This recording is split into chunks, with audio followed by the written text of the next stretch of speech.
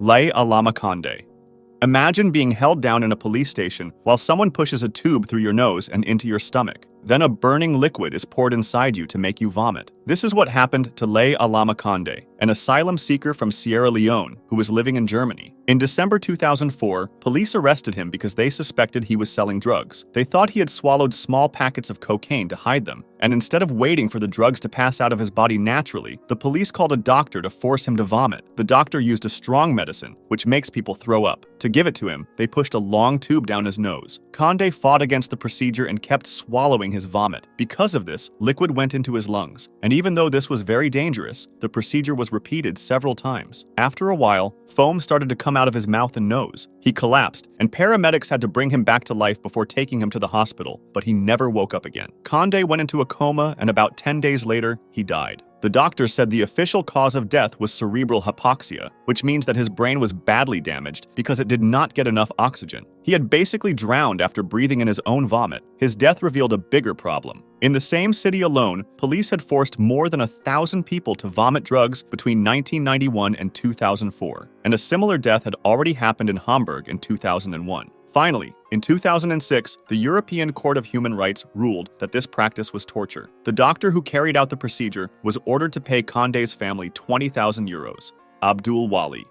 Abdul Wali was a 28-year-old Afghan farmer who went to a US base after the local governor advised him to surrender. He wanted to show that he had nothing to do with a rocket attack on that base and denied all involvement. However, instead of clearing his name, he was tortured to death while in custody. For 3 days, he was held as a prisoner, and a CIA contractor called David Pissarro took charge of questioning him. Soldiers later testified that Pissarro gave strict orders. Wali was not allowed to sleep. His food and water were really limited, and he was beaten over 2 nights. Witnesses said that he kicked him in the groin with his heavy combat boots so hard that Wali's body lifted off the ground. He slammed him onto the floor, hit his arms and legs with a heavy Maglite flashlight, and even shoved the flashlight into his stomach. At some point, the beating broke Wali's pelvis. This left him unable to urinate, which caused him even more terrible pain. By the second night, Wali was no longer pleading for mercy. He was begging to be killed. Soldiers remember him moaning, "I'm dying." And on the 4th day, he did die. At first, the death was reported as a heart attack, but later evidence showed that the beatings were the real cause. Pissarro became the first and only person linked to the CIA ever convicted for abuse after 9/11. At first, prosecutors charged him with several serious crimes that could have meant decades in prison, but in the end he was found guilty of 1 count of assault, causing serious injury, and 3 counts of simple assault. He received a sentence of just 8 years and 4 months, which was later reduced to 6 years and 8 months. A judge even told him that if an autopsy had been done, he might have been charged with murder. Darren Rainey. Darren Rainey's last hours were spent locked in a prison shower that was turned into a torture chamber. The 50-year-old, who suffered from schizophrenia, was being held at Dade Correctional Institution in Florida and was supposed to serve a short 2-year sentence for cocaine possession. One night, after he smeared feces in his cell, guards took him to a special shower in the prison's psychiatric ward. The pipes had been changed so that prisoners inside had no control over the water temperature. What happened next was horrific. The water blasting down on Rainey reached as high as 160 degrees Fahrenheit. He begged to be let out, but he was trapped inside for almost 2 hours. When guards finally opened the door, he was lying on his back, dead. His body was covered in patches of burned skin, with 2nd and 3rd degree burns over more than 30% of it. Paramedics later said his skin peeled away at the touch. Photos from the scene even showed bruises on his hands, likely from him pounding on the shower door as he tried to escape. Even with these shocking details, accountability was slow. For 2 years, officials gave no clear explanation for his death, and 2 of the officers on duty were even promoted. Other prisoners later revealed that Rainey was not the first to suffer this punishment. At least 8 others in the psychiatric unit had been forced into the same shower. Only after the Miami Herald exposed the case and human rights groups demanded answers did an investigation begin. The prison's warden was fired, but no one faced criminal charges. In 2016, the medical examiner called Rainey's death accidental, blaming a mix of confinement, his health problems, and his mental illness, while ignoring the obvious fact that he had been trapped under boiling water. His family sued, and at least they eventually received a $4.5 million settlement. Dilawar.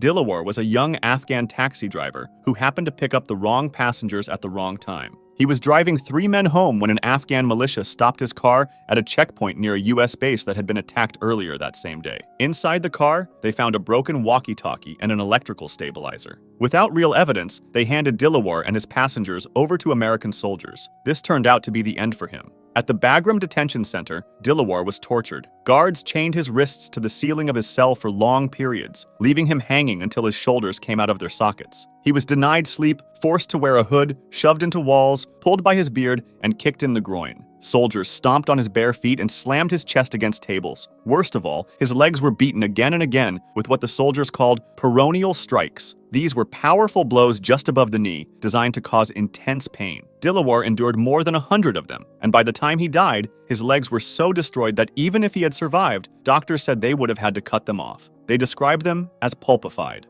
On the day of his death, Dilawar had already spent most of 4 days chained to the ceiling. When guards tried to make him kneel, his legs would not bend anymore because of the repeated beatings. He was told he would see a doctor once questioning was finished, but instead, he was dragged back to his cell and hung up again. Hours later, when a medic finally checked on him, he had already passed away.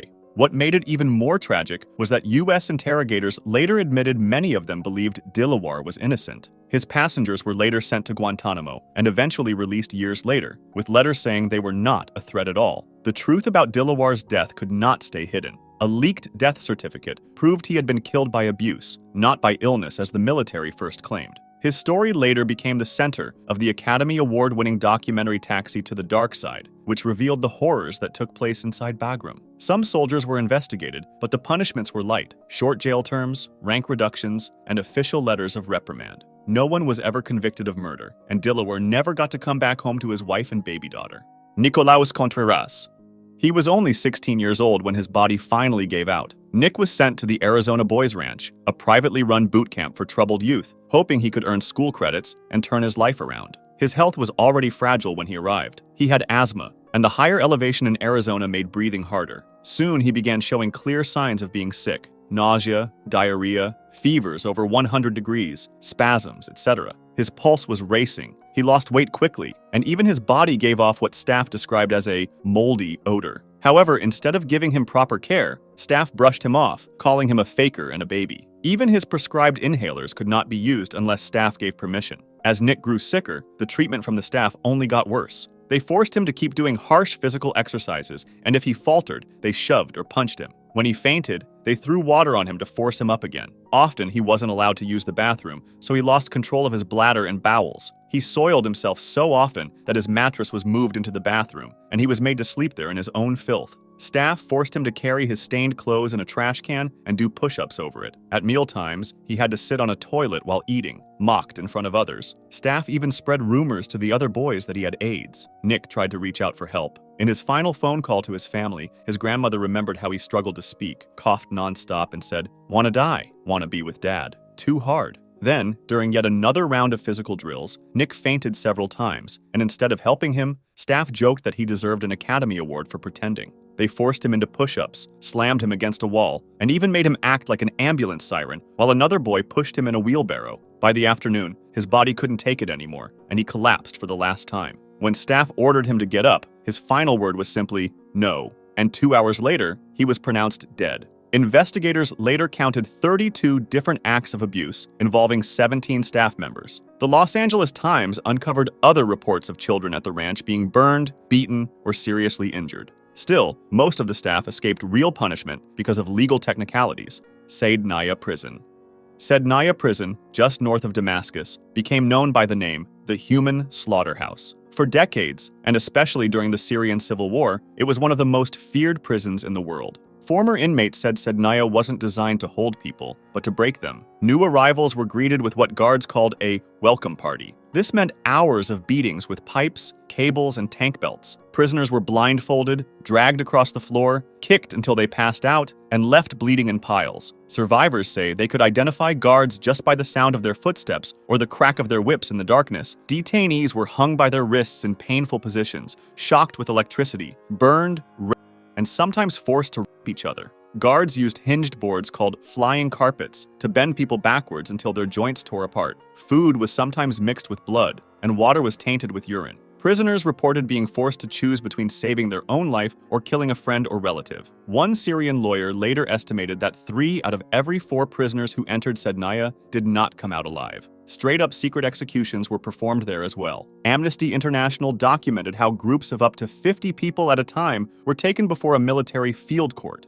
These so-called trials lasted only minutes, sometimes just seconds. The detainees were then led to underground chambers and hanged. Between 2011 and 2015 alone, Amnesty estimated that between 5,000 and 13,000 people were executed. Their bodies were carried away in trucks, sometimes stored in salt rooms, where rock salt was used to preserve them until they could be buried or hidden. In 2017, satellite photos and witness accounts led the U.S. State Department to accuse the Syrian government of building a crematorium at Saydnaya to get rid of bodies and cover up evidence of mass killings. Prisoners freed during the collapse of Assad's regime in December 2024 recalled underground cells where men were kept in total darkness, surviving with bottles of urine for waste and thin soaked blankets for warmth. Many had forgotten their own names after years of trauma.